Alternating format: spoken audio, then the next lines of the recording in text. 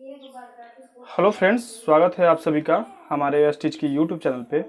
और हम लोग कर रहे हैं बीएससी सेकेंड ईयर का ऑर्गेनिक, और उसमें हम लोग का चैप्टर चल रहा है एनिलीन। एनिलीन को हमने क्या कर लिया है, अच्छे से कवर कर लिया है। सॉरी, हम लोग एरोमेटिक अमीनो कंपाउंड चैप्टर कर रहे हैं, जो आपके सिलेबस के अकॉर्डिंग 6वें नंबर का चैप्टर है, लेकिन हम लोग जो पढ़ रहे हैं वो 4थे नंबर का चैप्टर है। ठीक है, यानी इसके पहले हम लोगों ने 3 चैप्टर को कवर कर लिया। कार्बोहाइड्रेट, बेंजीन, क्लोरोबेंजीन, ये तीनों चैप्टर को कवर कर लिया है। हम लोग एरोमेटिक एमीन की तरफ बढ़े हैं, एरोमेटिक एमीन कंपाउंड की तरफ। तो एनिलीन को हम लोगों ने पूरी तरह से डिस्कस कर लिया है। आप लोगों ने इसका इंट्रोडक्शनी पार्ट, जब पहला पार्ट देखा होगा तो उसमें हमने इसका इंट्रोडक्शन बताया था कि हम लोग कैसे कैसे इसको पढ़ेंगे। पहले एनिलीन को, फिर बेंजीन एमीन को, उसके बाद से डायजोनियम साल्ट को। ठीक है, तो इन सारे चीजों को हम सीक्वेंस वाइज करके पढ़ेंगे। तो हम लोग का एनिलीन का पूरा स्टोरी फिनिश हो चुका है।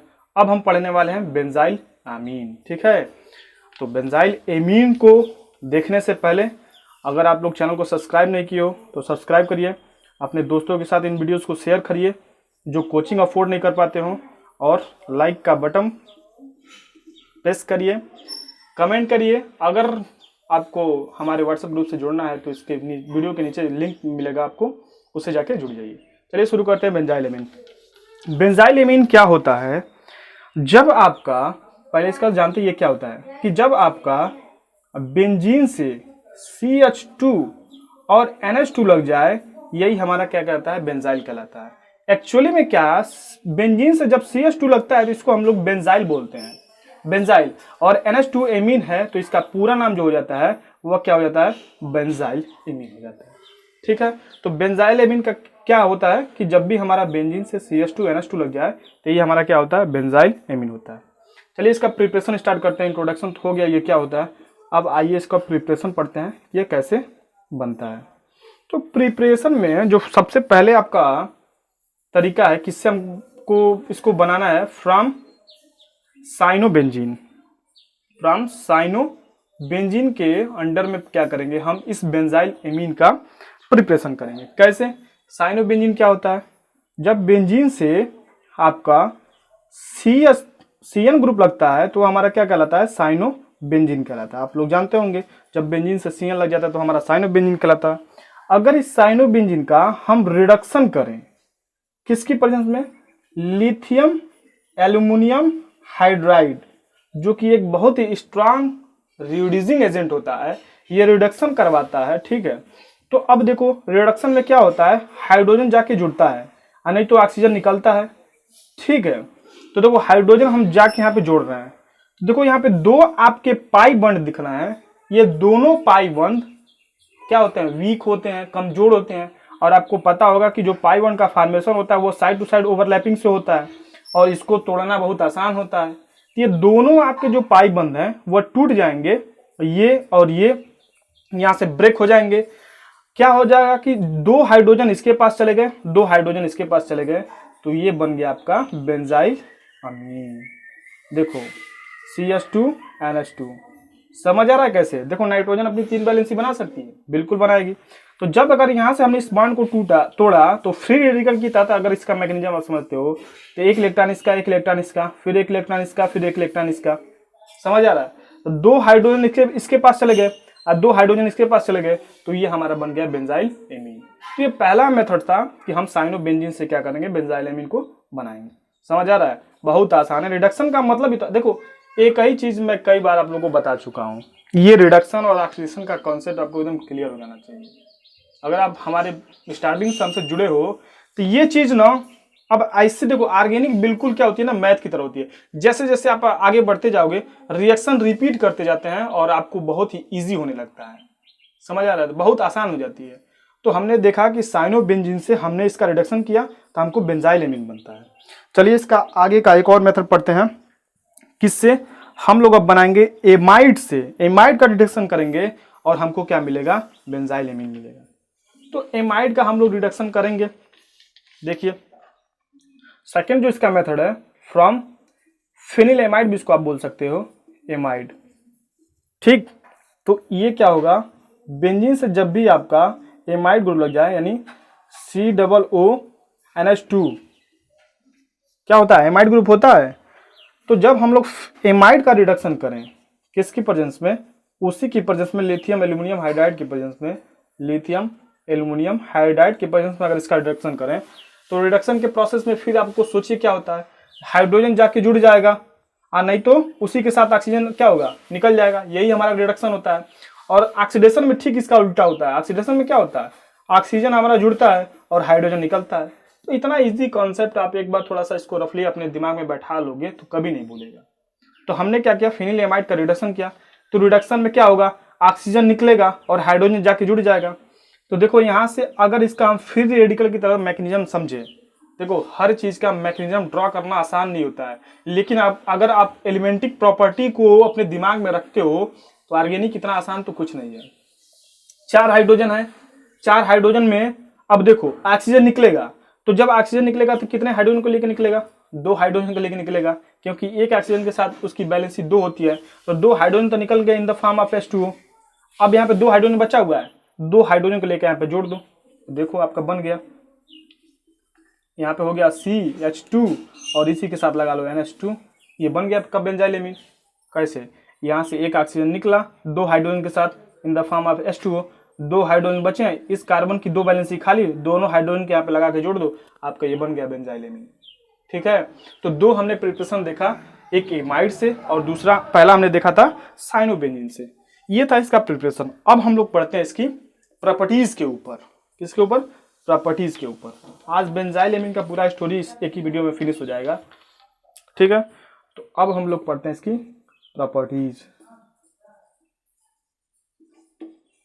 प्रॉपर्टीज में हम लोग सबसे पहले क्या देखेंगे कि हम इस बेंजाइल एमीन का, देखिए ऑर्गेनिक कंपाउंड का तो प्रॉपर्टीज बहुत होता है, लेकिन आपके एग्जाम पॉइंट ऑफ व्यू से कुछ जरूरी जो होती हैं उसको हम लोग पढ़ते हैं।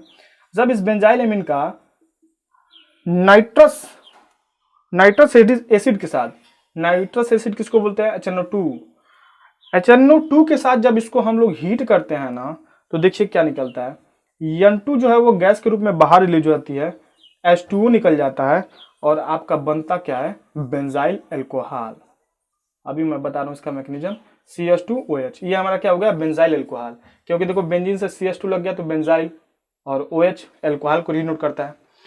आप अगर इसका स्ट्रक्चर ड्रा करोगे तो आपका जो स्ट्रक्चर बनेगा ये कुछ इस प्रकार का स्ट्रक्चर बनेगा।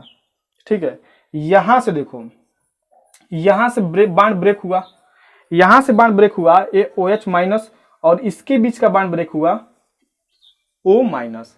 तो अब क्या होगा, देखो 2 हाइड्रोजन और 1 ऑक्सीजन, ये दोनों हाइड्रोजन और 1 ऑक्सीजन निकल जाएंगे H2O के फॉर्म में।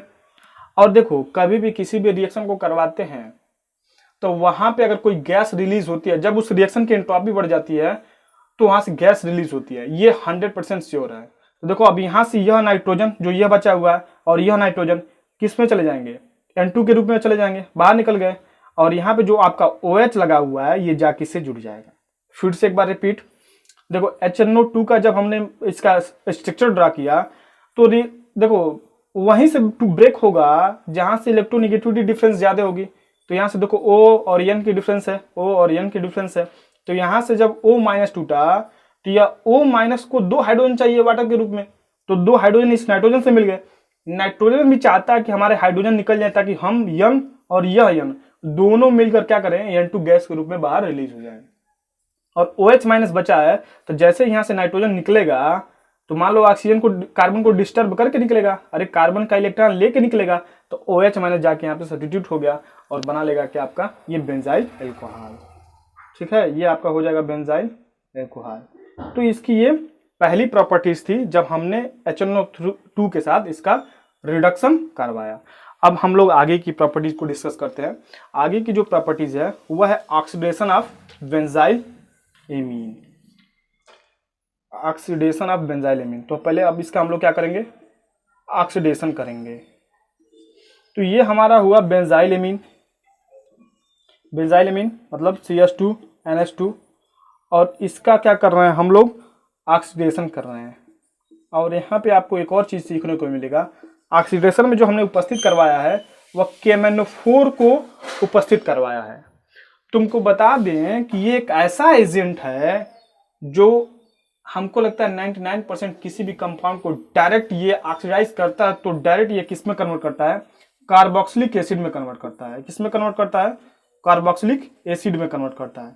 इसकी खासियत होती है ये ऑक्सीडाइज करने में इसको बहुत ही आनंद मिलता है, एक तरह से कह सकते हो। या किसी भी कंपाउंड को दे दोगे ये तुरंत ऑक्सीडाइज कर देगा, समझ आ रहा है। एल्कोहल हो, एल्डिहाइड हो, एल्केन हो, यहाँ तक देखो बेंजाइल एमीन को भी नहीं छोड़ा इसने, इसको भी ऑक्सीडाइज कर दिया। और ऑक्सीडाइज करके क्या बनाएगा, कार्बोक्सिलिक एसिड बनाएगा। मतलब ये जो आपका पूरा ऊपर का ग्रुप दिख रहा है आपको, जो चेन ओपन चेन आपको दिख रहा है, ये कार्बोक्सिलिक एसिड में कन्वर्ट होने वाला है। ठीक है, तो ये सब प्रॉपर्टीज हैं। देखो केमिस्ट्री को आप, ये रिएक्शन होता है, अगर ये कंटेनर में क्या होता है, एक रिएक्शन होता है। अब इस रिएक्शन के अंदर कोई जाके ये बैठ के नहीं देखता है कि भाई इसके अंदर क्या चल रहा है, समझ आ रहा है ना। और नहीं ये मैथ के फार्मूले होते हैं जो उसको आप याद कर सकते हो। लेकिन केमिस्ट्री में देखो फार्मूला एक ही है कि जिस एलिमेंट के साथ, जिस रिएजेंट के साथ आप रिएक्शन करवा रहे हो उसकी प्रॉपर्टी आपको पता होनी चाहिए। अब KMnO4 अगर यहाँ पे भाई खड़ा है तो क्या करेगा, कंफर्म ऑक्सीडाइज करेगा। अब किसको करेगा, जो सामने यहाँ पे खड़ा है, समझ आ रहा है ना। अरे यार जब देखते हो ना, अगर किसी जानवर के साथ सामने जा रहे हो, अगर वो जंगली जानवर है तो आपको मारेगा ही, पर आप उस जानवर की आपकी प्रॉपर्टीज को पता होनी चाहिए। ठीक उसी प्रकार ये एलिमेंट्स होते हैं, इनकी प्रॉपर्टीज को आपको पता होनी चाहिए। नहीं तो यहाँ पे समझना बहुत टफ हो जाएगा कि सर इसका मैकेनिज्म कैसे होगा। कुछ नहीं, KMnO4 आपको दिखा, समझ लो यह क्या करेगा, जो ओपन चेन आपको दिख रहा है इसको क्या करेगा, ऑक्सीडाइज करने वाला है। ये कन्वर्ट करेगा सीधे इसको कार्बोक्सिलिक एसिड में। ठीक है, इसको हम लोग बेंजोइक एसिड बोलते हैं। अगर फेनिल से COOH लगता है तो इसको हम बेंजोइक एसिड बोलते हैं। अब देखो क्या निकला है यहाँ पे, NH2 और एक हाइड्रोजन किसके साथ निकल गया, अमोनिया के साथ बाहर रिलीज होगा। तो यहाँ पे क्या होती है, अमोनिया गैस रिलीज होती है और बेंजोइक एसिड का क्या होता है, फॉर्मेशन होता है। बेंजोइक एसिड का फॉर्मेशन होता है। हमने कई बार आपको एक कॉन्सेप्ट बता दिया है कि एक होता है क्या हमारा एल्कोहल, और एक होता है एल्डिहाइड, और उसके बाद से होता है क्या होता है, कार्बोक्सिलिक एसिड। जब इसका ऑक्सीडेशन करते हैं तो एल्डिहाइड मिलता है, एल्डिहाइड का ऑक्सीडेशन करते हैं तो कार्बोक्सिलिक एसिड मिलता है, और जब एल्कोहल का किसी स्ट्रांग एजेंट के साथ ऑक्सीडाइज करते हैं तो सीधे हमारा क्या होता है, कार्बोक्सिलिक एसिड मिलता है। ठीक उसका उल्टा आप चलोगे तो कार्बोक्सिलिक एसिड का जब हम रिडक्शन करते हैं तो एल्डिहाइड मिलता है, और एल्डिहाइड का जब हम रिडक्शन करते हैं तो एल्कोहल मिलता है। अगर कार्बोक्सिलिक एसिड का डायरेक्ट किसी स्ट्रांग रिड्यूसिंग एजेंट के साथ अगर इसका आप रिडक्शन करते हो तो एल्कोहल मिल जाएगा। तो ये प्रोसेस होती है। अब एल्कोहल के साइड में जाओगे तो आपको क्या मिल जाएगा, एल्केन मिल जाएगा। ठीक है, तो अगर मान लो कोई स्ट्रांग रिड्यूसिंग एजेंट मतलब HI आपका है, तो अगर यह एल्कोहल को रिड्यूस करता है तो एल्केन में कन्वर्ट कर देगा। तो उसी तरह की प्रोसेस है, आप इसको अच्छे से समझ सकते हो। इस चीज को मैं कई बार आपको प्रीवियस वीडियो में डायग्राम के थ्रू मैंने समझाया आपको। ठीक है, तो ये आपको आई होप आपको समझ में आया होगा कि कैसे कैसे ये वर्क करता है। तो ये आपका बेंजाइल एमीन, इसका हमने ऑक्सीडेशन करवाया KMnO4 के प्रेजेंस में। तो KMnO4 इसको क्या करेगा, कार्बोक्सिलिक एसिड में कन्वर्ट करेगा। तो यहाँ से देख रहे हो NH2 और एक हाइड्रोजन यहाँ से निकल गया तो अमोनिया गैस बाहर रिलीज हो गई, और ये आपका क्या हुआ, बेंजोइक एसिड का फॉर्मेशन हो गया। तो अभी तक हमने बेंजाइल एमीन में हमने इसका प्रिपरेशन देखा, इंट्रोडक्शन किया और इसकी प्रॉपर्टीज को पढ़ी। एक बहुत ही इंपॉर्टेंट क्वेश्चन यहाँ से जनरेट होता है, बाहर निकलता है। कौन सा क्वेश्चन, जो बेंजाइल एमीन होता है, ये तो समझ लो ये बहुत बार एग्जाम में पूछा गया, वेरी वेरी इंपॉर्टेंट क्वेश्चन। जो बेंजाइल एमीन होता है इसका जो बेसिक कैरेक्टर होता है वह एनिलीन से अधिक होता है, क्योंकि इसके पहले हम लोगों ने एनिलीन को 5 वीडियो में डिस्कस किया है, 5 वीडियो में एनिलीन को डिस्कस किया है। ये वीडियो का कौन सा पार्ट है, 6वां पार्ट है। समझ आ रहा है ना। तो मैं यही कहूंगा कि आप लोग जब सीक्वेंस में देखोगे तो सारी चीजें आपको समझ आ जाएगी। तो हम बात करते हैं इस क्वेश्चन की, बहुत इंपॉर्टेंट क्वेश्चन है। जो बेंजाइल एमीन होता है वह एनिलीन से हाईली बेसिक क्यों होता है, ये बहुत इंपॉर्टेंट क्वेश्चन है।